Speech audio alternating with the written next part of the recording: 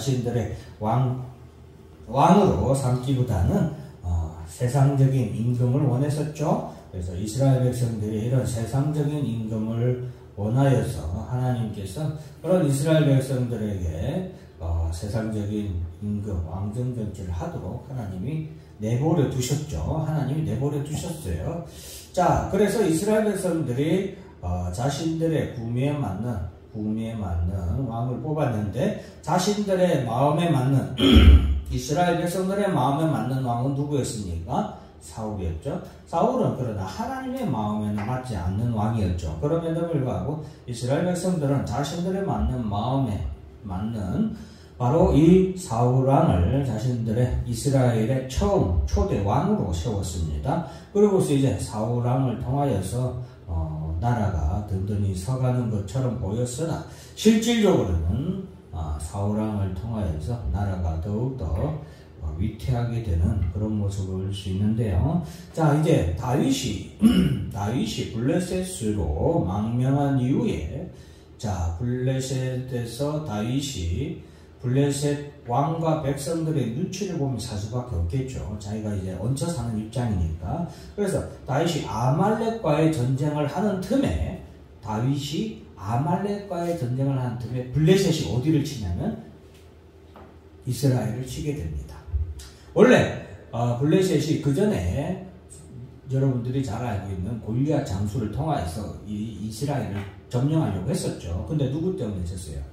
다윗 때문에 졌거든요. 다윗 때문에 계속 졌거든요. 그래서 블레셋은 이스라엘을 계속 노리고 있었는데 다윗 때문에 졌는데, 이제 다윗이 자신들의 땅에 이제 망명을 와 있잖아요. 그러다 보니까 블레셋 사람들이 생대작전 계략을 꾸미는데, 바로 다윗이 아말렉과의 전쟁을 하러 나가도록 이렇게 하고서는 그 틈에 이제 이렇게 바쁜 와중에 신경 쓸 틈이 없는 이들한테 블레셋이 이스라엘을 치게 됩니다. 그래서 오늘 이스라엘과의 전투에서 우리가 이스라엘 백성들이 그동안 자신들의 왕으로 세웠던 사울 왕이 죽게 됩니다. 자, 길보아 산에서 1절 말씀을 보면 블레셋 사람들이 이스라엘을 치매 블레셋 사람들 앞에서, 이스라엘 사람들이 블레셋 사람들 앞에서 도망하여 길보아 산에서 엎드려져 죽었다라게 되는데, 자, 오늘 본문의 말씀에서 사울과 그 아들 3명이 이 전투에서 다 한날 한시에 다 일가족이 몰살당합니다. 일가족이 다 몰살당해요. 그래서 우리가 사사기 진입할 때 엘리의 아들들 있죠. 엘리의 아들들 홈리와 비느하스, 그리고 그 가족도 어떻게 됐어요?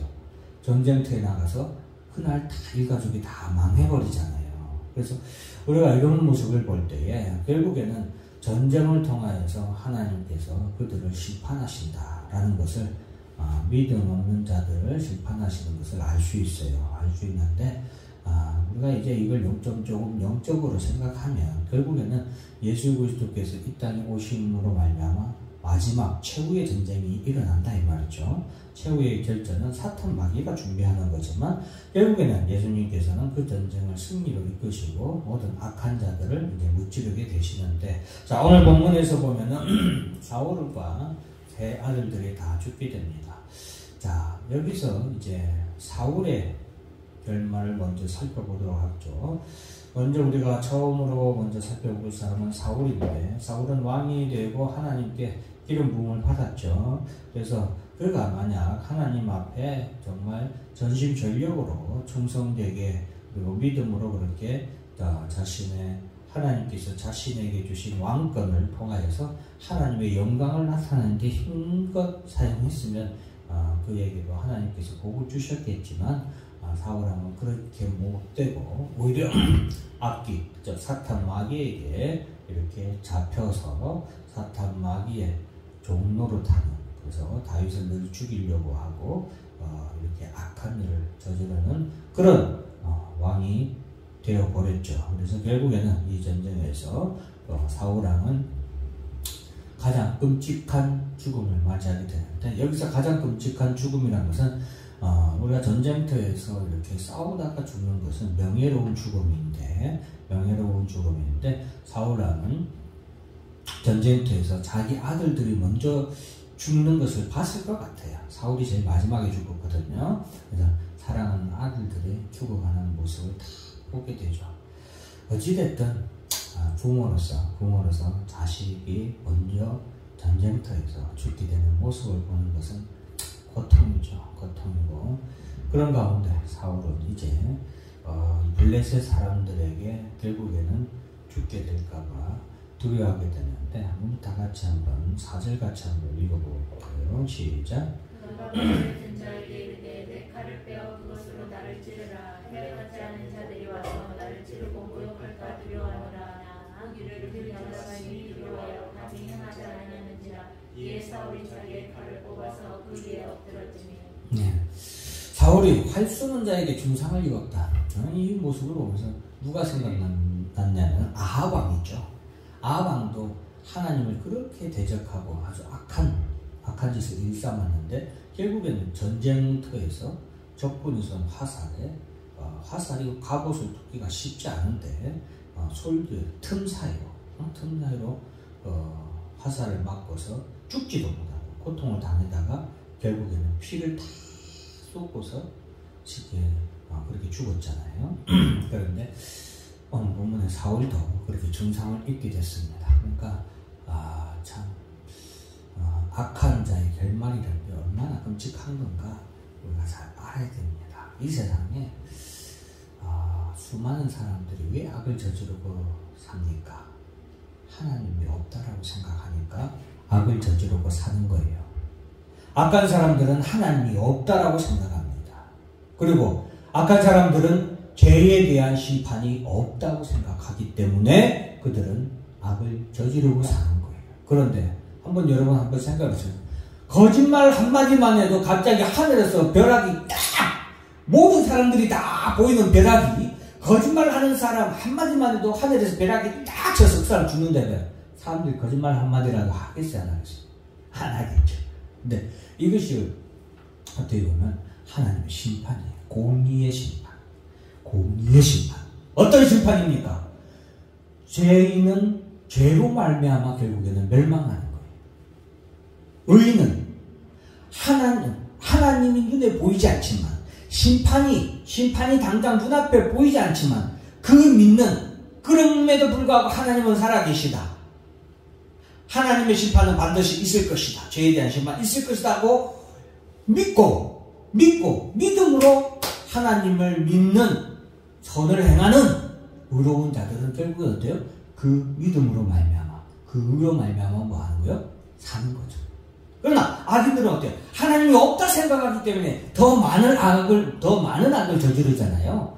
그렇기 때문에 그게도 하나님의 공의로운 심판이지 않는가, 저는 그렇게 생각합니다. 그래서 우리 그리스도인들은 항상 눈에 보이지 않는 것들을 믿는 자들이 그리스도인들이잖아요. 그러니까 비록 하나님이 보이지 아니할지라도, 또 세상에 그 죄에 대한 심판이 눈에 보이지 아니할지라도 그것이 반드시 있다라는 것을 우리가 늘 생각을 항상 연념해 두고 항상 우리가 그런 부분에서 하나님 앞에 의로운 삶으로 나아가야겠습니다. 자, 사울의 죽음은 자결하는 죽음이었어. 자결하는 삶은 결국에는 생명의 주인 되시는 하나님 앞에 큰 범죄를 저지르는 거거든요. 그래서 우리 그리스도인들은 자결하지 않아야 됩니다. 그래서 다른 여타교단은 모르겠지만 우리 교단에는 자결하는 자는 성도로 보지 않습니다. 그래서 세례를 받았든 목사든 장로든 그 여부를 떠나서 자결하는 사람이 있었다. 자결하는 사람의 장례는 참석하지 않습니다. 우리가 주도하지 않아요. 목사가 또 가서 주도도 하지 않습니다. 그래서 가끔 연예인들 보면은 자결하는 연예인들 나오는데 기독교식으로 장례를 치는 거는 그 사람들 얘기고 우리는 그렇게 하지 않습니다. 왜냐하면 생명의 주인 되시는 하나님 앞에 그것은 큰 범죄이기 때문에 내 생명을 내가 마음대로 한다. 그거는 주권자 하나님의 주권, 생명의 주권을 인정하지 않는 그런 우리가 믿음이 없는 불신 행위로 우리가 받아들이기 때문에 그런 것들은 우리가 철저하게 조심해야 되겠습니다. 그래서 오늘 사울은 그러한 가운데 자결을 하게 됩니다. 자기가 칼을 놓고서 그 앞에 엎드려 죽게 되죠. 자, 사울의 이런 믿음, 불신의 행동이 누구에게도 영향을 미치는 칼을 든 자. 보통 칼 든 자는 어린 소년들이, 청소년들이 이 칼을 무기든 자가 되거든요. 무기든 자가 돼요, 보통은.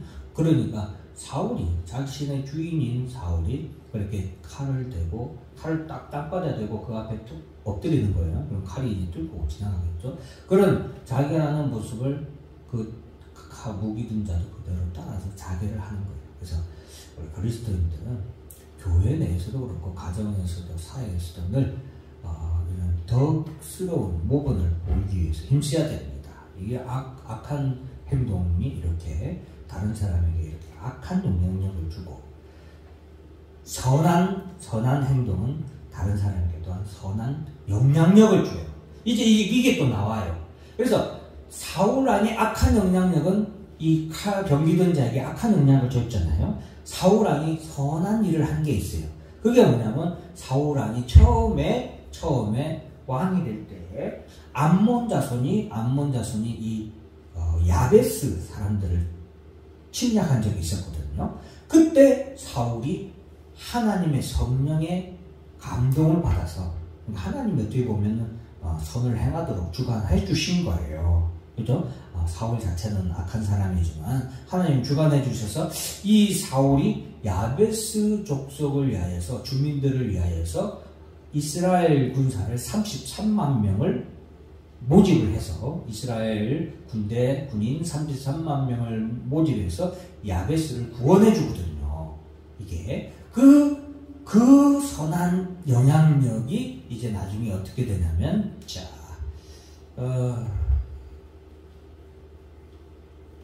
12절 다 같이 읽습니다. 시작. 모든 남자들이 일어나 세도로 달려와서 서울의 시체와 그 아들들의 시체를 뱃산 성벽에서 내려가지고 야베스에게 돌아가서 거기서 불사르고. 13절.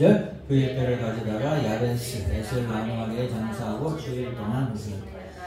사울이 길보아 전투에서 패배하여서 사울과 그 아들들이 다 거기서 전사했잖아요. 블레셋 사람들이 사울과 그 아들들, 왕자들이죠. 아들들의 시체를 토막을 내요. 토막을 내서 오체분시라고 그러죠. 5군데죠, 몸이. 그래서 오체분시라고 하는데, 그런 식으로 시체를 자르고서 그것을 갖다가 자신의 전리품같이 블레셋의 지방으로, 다섯 방백이 있잖아요, 블레셋에. 그래서 그 지방으로 이렇게 순회 관람이라고 해야 되나? 하여튼 그렇게 시켜요. 그리고서 그 시체는 어디다가 이제 성벽에다가 이렇게 못 박아놨거든요. 근데 그것을 야베스 사람들이 듣고서 그 주 장사들, 야베스에서도 뭐 이렇게 특별히 선출해서 밤새도록 달려가서 사울의 시체와 그 아들의 시체를 성벽에서부터 못 박혀 있고 매달려 있었던 시체들을 끌어내려서 거기서 이제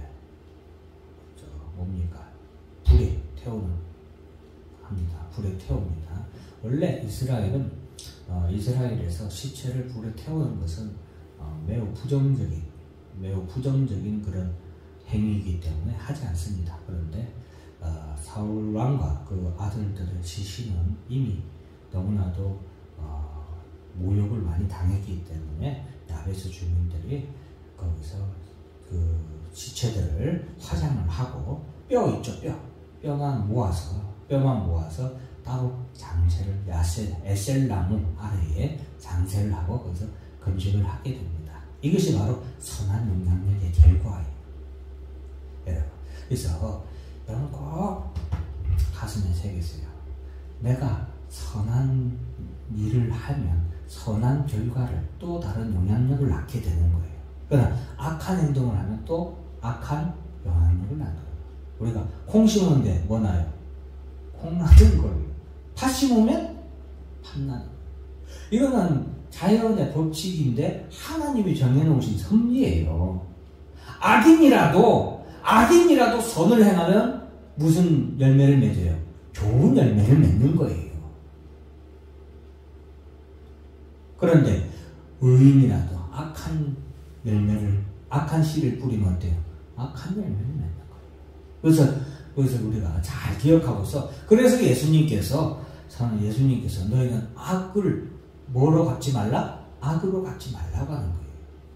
우리가 악한 자에게 악한 것으로 대하는 것, 그것마저도 나중에 어떤 열매를 맺어요? 악한 열매를, 죄의 열매를 맺기 때문에 우리는 그저 선의 열매, 선한 씨앗, 선한 영향력을 많이 베풀라고 주님 우리에게 말씀하신 것은 우리에게 복을 많이 주시기 위한 그런 사랑의 말씀이다 라는 것을 기억해야 되겠습니다. 그래서 여러분들 꼭 선한 씨앗, 좋은 씨앗을 많이 뿌리길 바랍니다. 그리고 오늘 보면은 우리가 안타까운 것이 이제 하나 있는데, 바로 요나단의 죽음이죠. 요나단은 하나님의 정말 믿음의 사람이에요. 저도 구약의 많은 인물들 중에 저도 특별히 좋아하는 사람이 있는데, 그 사람은 바로 요나단이에요. 그만큼 요나단은 믿음에 참 뛰어난 용사였어요. 그리고 그는 하나님께서 자신의 아버지를 버린 줄 알았어요. 하나님이 자신의 아버지를 버린 줄 알고 다윗을 하나님께서 왕으로 세우신 줄 알았어요. 자기 아버지가 어느 정도 어떻게 죽을 것이라는 걸 대충 짐작하고 있는 사람이 요나단이었어요. 그럼에도 불구하고 요나단은, 첫째는 하나님이 다윗을 왕으로 세웠기 때문에 다윗을 매번 구해줍니다. 매번 구해주고 그를 사랑해줍니다. 다윗이 외롭고 지치고 힘들 때에 가장 함께 해줬고 도와줬고 용기를 주고 격려해준 사람은 요나단이었어요. 그리고 그런 다윗을 요나단은 하나님께서 너를 반드시 왕으로 세울 거야 하고 말씀을 하고 자신의 모든 왕권을 포기하죠. 왕자잖아요. 대를 이을 장남이잖아요. 그런데도 불구하고 다윗을 그렇게 사랑해줬고 다윗을 미워하지 않았고 구해줬죠. 자, 그러고 나서 이제 자기 아버지가 하나님께 버림받은 것을 알지만 그는 아들로서, 아버지의 첫째 아들이잖아요. 그러니까 아들로서 그 아버지와 마지막을 함께해요. 정말 이 구약 성경에 저는 요나단같이 참 정직하다기보다는 충성스러운 그런 아들이면서 형도 친구이면서 신하, 그리고 하나님의 믿음의 성도, 이런 사람은 저는 참 본 적이 없는 것 같아요. 그만큼 참 훌륭한 사람인데, 그럼에도 불구하고 악한 자와 함께 있으니까 결국에는 어떻게 돼요? 좋지 않은 결말을 맺게 되죠. 좋지 않은 결말을 맺게 되는데, 물론 거기에 하나님께서 그 후손들은 복을 주세요. 왜? 요나단이 그 악한 자들과 악한 것을 위하여서 함께한 것이 아니라 그것을 알고도 불구하고 자신의 하나님이 주신, 어떻게 보면은 인간에게 주신 가장 기본적인 내 부모를 공경하는 거, 하나님을 내가 그렇게 잘 섬기듯이 내 부모를 잘 섬겨야 되는 그런 분연의 역할을 온전히 다하기 위해서 아버지 옆에서, 또 임금을 섬기는 신하로서, 그죠? 나라를 지키는 군사로서 이 모든 역할을 온전히 다하기 위해서 마지막 전쟁터에서 이렇게 순직하게 됩니다. 그래서 우리가 이런 요나단을 보면서 참 받는 그런 우리 영향력이 있죠. 좋은 또 교훈이 있으면서 악한 자들과 우리가 꼭 거리를 둬야 된다는 거. 우리 요즘에 코로나랑 거리두기 하잖아요. 코로나에 대해서 거리두기 하잖아요. 하다못해 질병하고도, 여러분 눈에 보이지 않는 질병 때문에도 거리두기를 하는데, 그죠? 그것보다 훨씬 더 위험한 무엇과 악한 것과 거리두기를 꼭 하시기 바랍니다. 그리고 정말 요나단처럼 마지막까지도 자신의 사명과 그리고 본분을 다한 그런 사람을 하나님께서는 결코 내버려 두지 아니하시고, 이렇게 그의 시신도 이렇게 야베스 사람을 통하여서 수습하게 하고, 또 요나단의 후손들은 다윗이 나중에 아주 잘 이렇게 도와줍니다. 도와줘서. 그래서 여러분들 이런 두 사람의 결말을 오늘 보게 되죠. 사울왕의 결말과 그리고 요나단의 결말을 보면서 여러분들 우리가 어떻게 살아야 될 것인지 다시 한 번 더 돌아보시는 계기가 되길 바랍니다. 기도하겠습니다. 자, 우리 하나님 아버지 감사합니다. 오늘 마지막